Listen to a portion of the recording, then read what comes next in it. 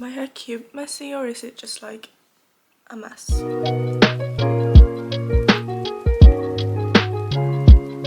Hello my loves, if you're new here, my name is Lily. I am an anxious girl who loves to read, and if you're not new here, then welcome back. I love that you came back. I feel like as a Swiftie and a book lover, it's only right that I do this video, which is that I will be recommending you books based off of the Taylor Swift song. I have my trusty little crying in a getaway car, Taylor's version of course, playlist here, where I have the majority of her songs. Like, I'm pretty sure I have over 90% of her songs on this playlist. It goes on, it goes on. I have it on shuffle. I will shuffle a song.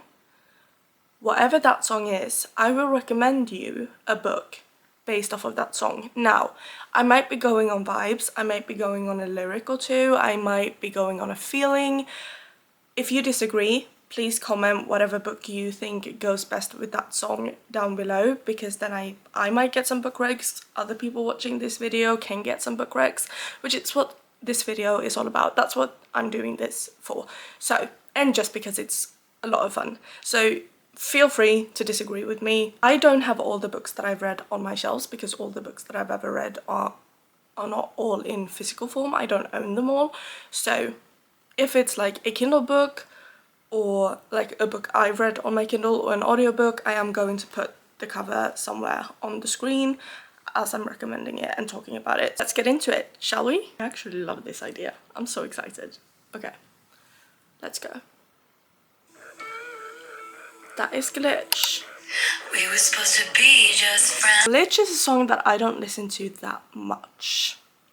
I love Midnights, but there's so many other songs on that album that I'm like obsessed with, that Glitch kind of falls to the wayside. So I just need to remind myself, and then I'm gonna pick a book. The recommendation for Glitch might be typical of me to choose the very first book that I'm choosing be one of my absolute favorites, but I do feel like Glitch goes well with the Boys of Tommen series, specifically Joey and Aoife's books, Saving Six and Redeeming Six, because just, we were supposed to be just friends, you don't even live in the part of town that I'm in, but I might see you out on the weekends depending on what situationship I'm in and mood I'm in.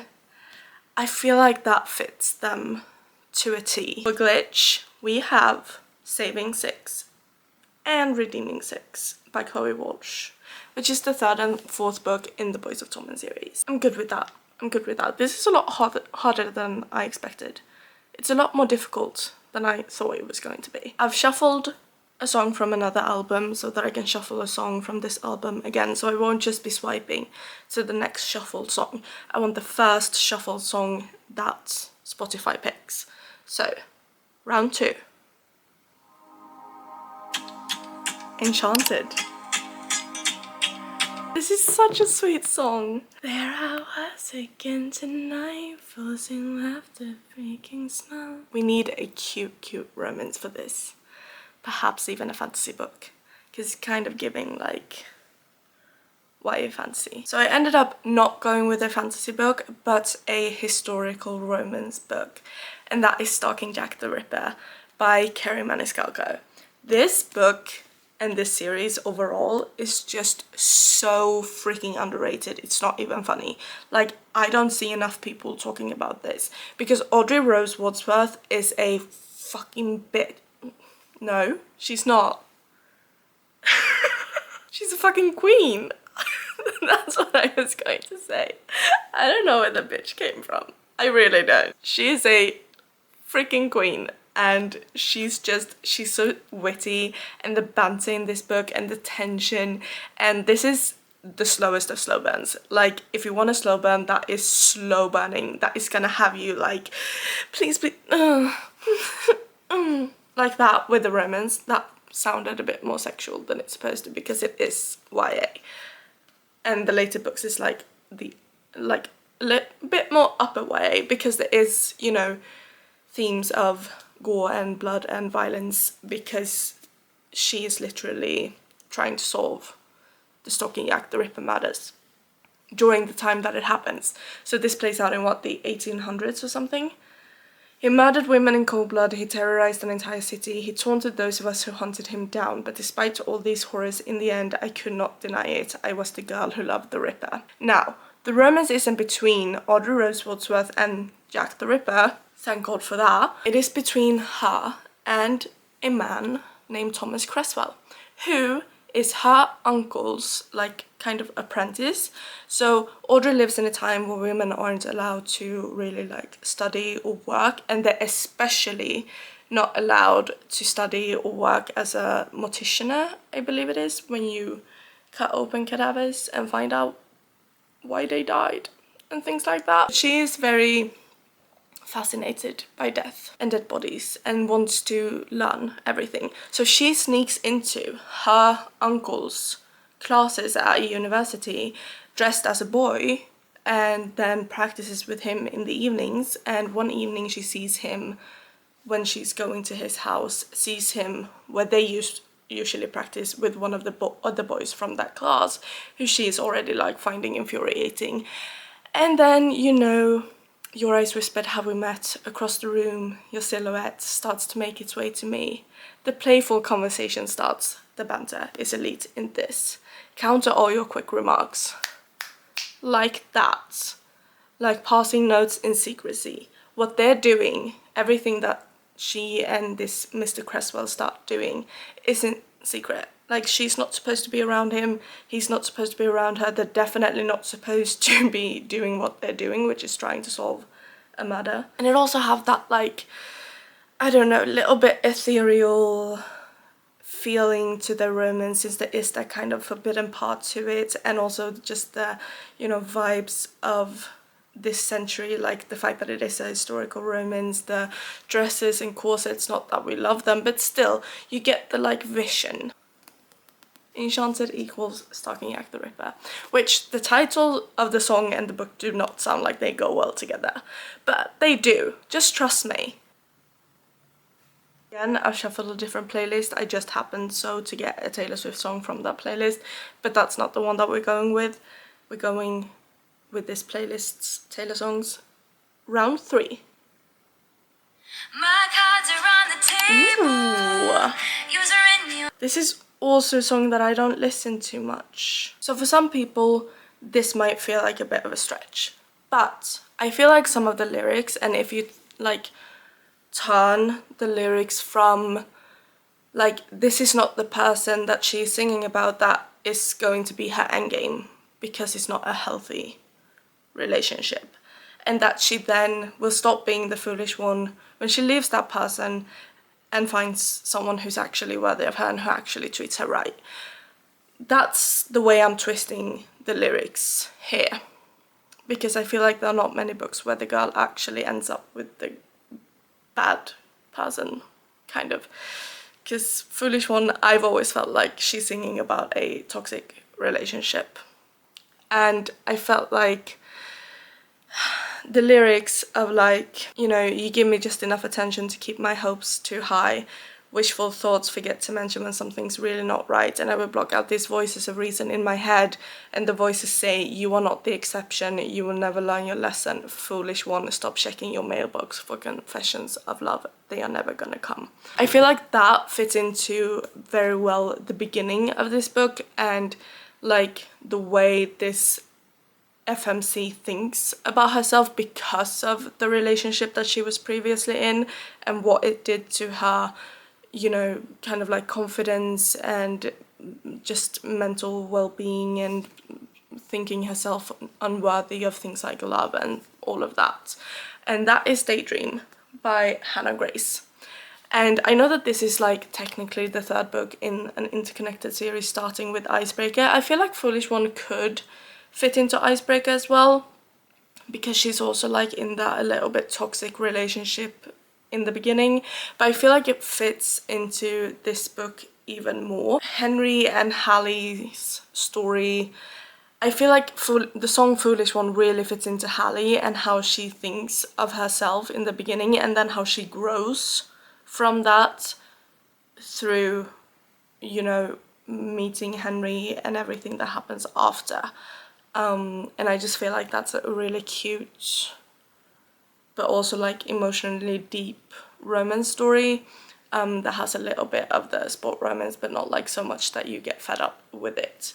So, and it also like Speak Now, Purple, the book is purple. I feel like Hallie is a little bit Speak Now coded. So Foolish One, Daydream. I'm actually kind of proud of myself for pulling these out of the bag. Round 4, right? I think so. Let's just go. There's no need for chit chat. My only one, my smoking gun. Hoax. This is such an underrated song, guys. Like, seriously. Eclipsed sun, this has broken me down. It's gonna be a heart wrencher. I apologize. Some people might feel like this is a stretch, but I feel like Hoax fits well to The Invisible Life of Addie LaRue. I feel like this fits well with one of the kind of relationships that are portrayed in this book, which is Addie's relationship to kind of the devil. The person she makes the bargain with. That means that people will forget her wherever she go. They'll forget seeing her face, they'll forget her name, they'll forget everything about her, but she will live forever. That's basically the deal. And I feel like her, and I think they call him Luke. It's been years since I read this book. This is the man that I'm talking about. Standing, leaning against that tree. And I feel this might not fit Addie and another man named Henry again as much, but I feel like it does fit Addie and the man she makes the bargain with, or man if he even is a man. But this is a beautifully written book. I know that for a while there this was a bit controversial on BookTok because some people thought that it was just boring and slow and other people were just absolutely enamored and enchanted by it. I was one of the latter people. I absolutely love this book. I would love to do a reread soon. Not just is the cover stunning, but it is one of the most beautifully written books that I have ever read, that also like it just shows the skill of V.E. Schwab and how the heck she made this work, like how she created this story and these plots and just these characters. I would love to jump into that woman's brain because she's just absolutely brilliant. Specifically, the lyrics that I feel fits Addie and this devil man. We have, you knew the password so I let you in the door. You knew you won, so what's the point of keeping score? You knew it still hurt underneath my scars from when they pulled me apart, but what you did was just a start. That's like this. I feel like that suits this really, really well. There's so many books I want to reread. I can't put another book on my rereading list because there's so many new books that I want to read as well. There's not enough time, guys. There's not enough time. I could die tomorrow. Like, I could die before I'm 30, 40, 50, 60, 70. I could get far less time to read all the books that I read. I could die before we get the next ACOTAR book. If I die before the later half of May, I won't even get to read the next Boys of Tommen book. I'm actually going to start crying, like quite literally, if I keep talking about this. So no. I'm gonna live forever. I'm Addie LaRue. Except that people remember me. Round 5, 6, 5. You guys know better than me. Next round. That was supposed to be a drum roll, and I failed. But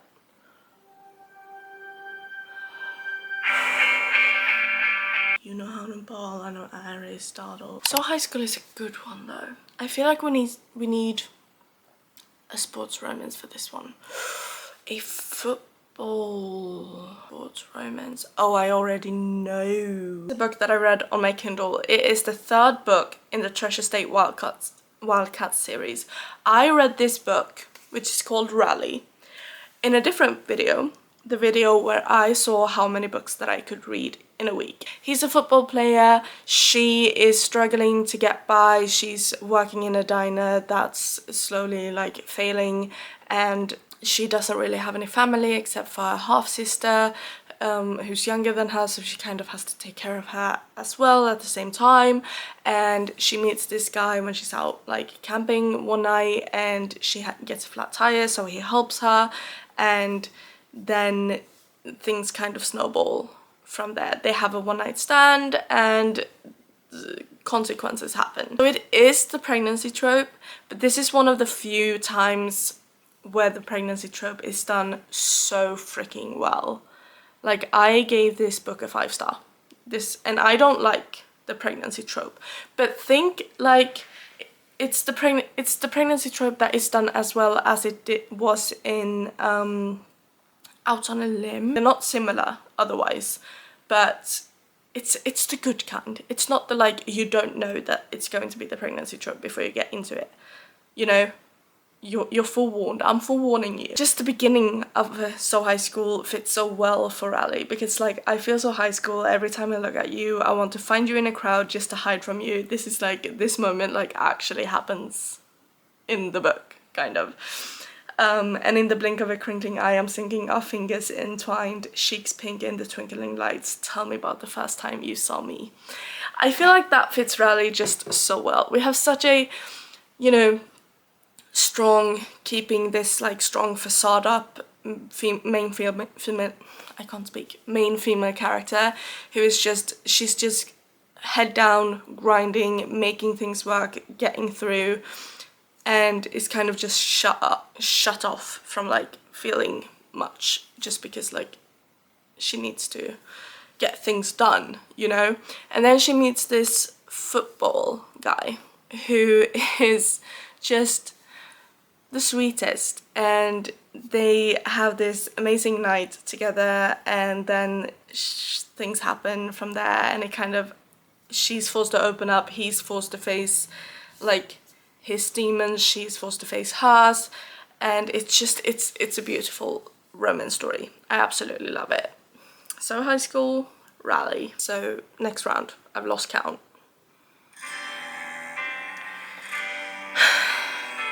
What is with these heart-wrenching songs? You should have been there. You should have passed the door. I don't know.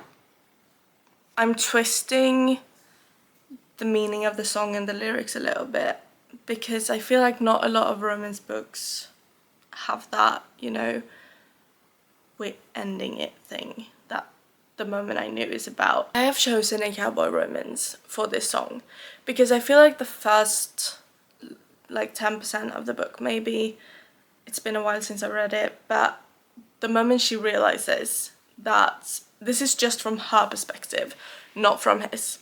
So the moment she realizes that like he doesn't want anything to do with this, he doesn't want anything to do with me, I'm gonna have to do it by myself. I'm gonna have to do it all by myself. I feel like that suits, that part of the book suits The Moment I Knew song in a way, and that is Reckless by Elsie Silver.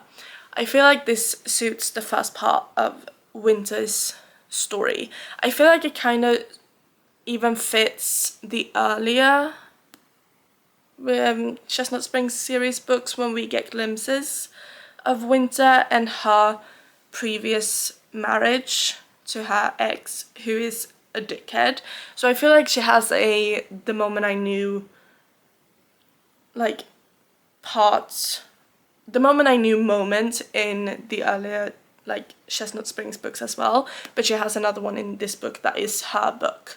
So little bit of a stretch maybe, but I feel like it kind of fits. I feel like that, you know, that sinking feeling that is like basically this whole song from the Red Album, and just that like trying to be fine in front of everyone else because you kind of have to be, and be like, you should have been here. I feel like that fits. If you haven't read the Chestnut Spring series, this is your sign to read the Chestnut Spring series this spring. It is absolutely amazing. And again, I want to do another reread. I'm just another one of those books that I want to reread. I think we should do like maybe 2 more. Next round, because I've lost count. We need a witchy book. We need a Wait for the signal and I'll meet you after dark book. This is just a bit like vibe. This is mainly vibe, but a few of the lyrics. So I feel like on him, the love interest in this book, the lyrics like, Show me the places where the others gave you scars. Now this is an open shut case. I guess I should have known from the look on your face. Every bait and switch was a work of art. The more that you say, the less I know. Wherever you stray, I follow. So mainly that, the more that you say, the less I know. Because this is a man that's like really indoctrinated in this like religious belief that like all witches are awful, horrible beings who deserve to be murdered. He's been raised with that. He's been trained to hunt witches. But when he meets our main character, it's, you know, he has that arc of like, the more that I learn about you, the less I know of like life, because like everything I've learned turns out not to be true, or like most of what he's learned turns out not to be true. And I feel like the lyrics, I'm begging for you to take my hand, wreck my plans, that's my man, suits better to like the later books. It's also been a couple of years since I read these, but that is Serpent and Dove and the continuation of the trilogy. And this is, I think, the first book that I annotated. It's not pretty, like the neon tabs and them sticking out so much, like going from this to annotating like this is crazy. I could play a song on these. ASMR. So it's been a really long time since I read these. I didn't write anything in relation to the tabs and I didn't highlight anything. I just literally placed a tab where there was something that I want to remember. I do believe that I had yellow for funny, and here a yellow tab is over the sentence, oh please, I winked. It's not like I stripped and sang big titty liddy. I feel like if you like From Blood and Ash, you'd like this one. This is oh, it is dual POV. I had forgotten. I have put in one where the chapter is titled Wicked Are the Ways of Women. I sighed ruefully at the memory. He had the most beautiful amber skin and such a tight little ass. Each to their own, girl. You get the vibe. Like, I feel like just the like witchy vibes of Willow suits Serpent and Dove and the entire trilogy. Unpopular opinion maybe, I really loved the first and second book. The third book I enjoyed. I didn't think it was as good as the first two, but I did have a good time reading it. I feel like I gave the third book like 3 or 3.5 stars, and the others have been more 4.5 stars. It is a witch and a witch hunter who are thrust into holy matrimony, and there is only one way a story like that could end, with the stake in a match. I'm like hoping maybe for something from like... I'm still hooked on the Torture Poets department. Torture Poets department or Midnight, I feel like I want. So let's see if the music gods obey. Last round.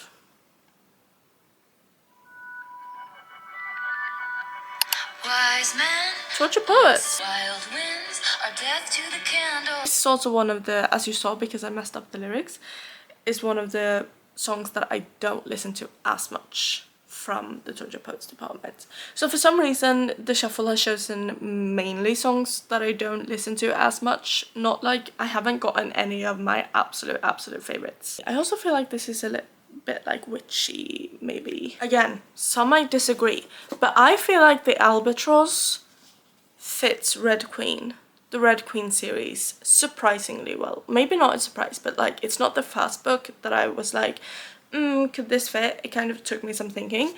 But, you know, power is a dangerous game. This copy, this special edition, is also stunning.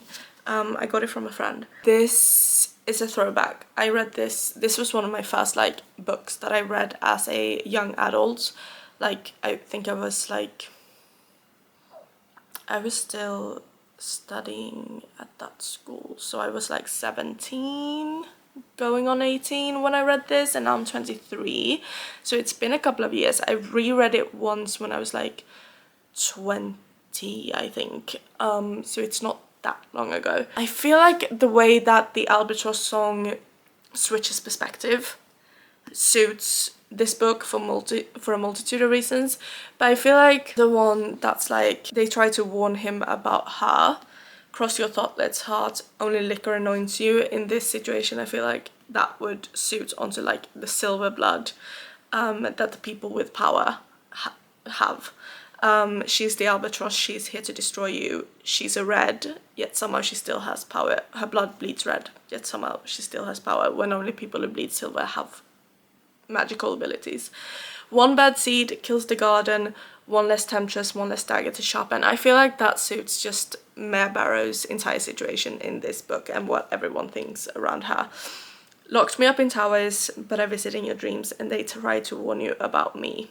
I feel like that fits as well. I'm not gonna say why, but the people who know know. And then as well, if we shift a little bit of perspective to like the two brothers that are in this book that have some issues with each other, and it's a little bit of a love triangle. Devils that you know raise worse hell than a stranger. She's the death you chose. You're in terrible danger. And when that sky rains fire on you and you're persona non grata, I'll tell you how I've been there too, and that none of it matters. If we look at like towards the end of this book and then what happens in the later series, I feel like for one of the brothers, what I'm gonna read next fits really well, and also our female main character, it fits really well. I'm not gonna say why, but just so you know, wise men once read fake news and they believed it. Jackals raised their hackles, you couldn't conceive it. You were sleeping soundly when they dragged you from your bed, and I tried to warn you about them. So I crossed my thoughtless heart, spread my wings like a parachute. I'm the albatross, I swept in at the rescue. The devil that you know looks now more like an angel. I'm the life you chose and all this terrible danger. I feel like that passage of this song fits the Red Queen series so freaking well. Like, it's so well. And it's making me want to reread it once again. So, another book to add to my books I want to reread list. This is one of the best young adult fantasy book series that I have ever read. For all of the people who like jumped on the Powerless hype, I DNF Powerless because it had basically copy pasted this with a bit of the Hunger Games thrown in as well. I couldn't do it. There was some like word for word copying from this book in Powerless, and I didn't like Powerless. So for anyone who likes Powerless and anyone who like, I want to read Powerless but I've heard the critics, the critics, so I'm not sure I want to pick this up instead. Like this is 100 times better. Powerless is a less good version of this according to me, because something was attempted, according to me it didn't work. This is still number one. Like it's so good. Victoria Aveyard, who has written the Red Queen series and the Realmbreaker books, is such an amazing author. I love her. I love her TikTok page. She's absolutely amazing. And she is writing her first adult book, I believe, at the moment. That is also like, I think it's a pirate romance. And I'm super excited. I can't wait for that. I need it in my hands, like right this second. Those were all the book recommendations from Taylor Swift's songs. I hope you guys got some, this isn't all of them, but I hope you guys got some really good recommendations that you might pick up, add to your TBR, to your wish list. I really enjoyed doing this. This was a lot of fun. I might want to do this again, maybe a different version of it, a different artist, or maybe like a bunch of different artists and just like generalize songs. Maybe like songs that give fantasy vibes and only recommend fantasy books, and maybe like love songs and only recommend romance books. I don't know, who knows? I had to use my brain cells a bit, which is always good because they're getting a little bit rusty. But that was it for this video. Thank you for joining me, thank you for watching. I hope that you like and subscribe if you had a good time, and I will see you guys in the next one. Have a great day, a great week, a great month. Be kind to each other always, and I'll see you later. Bye.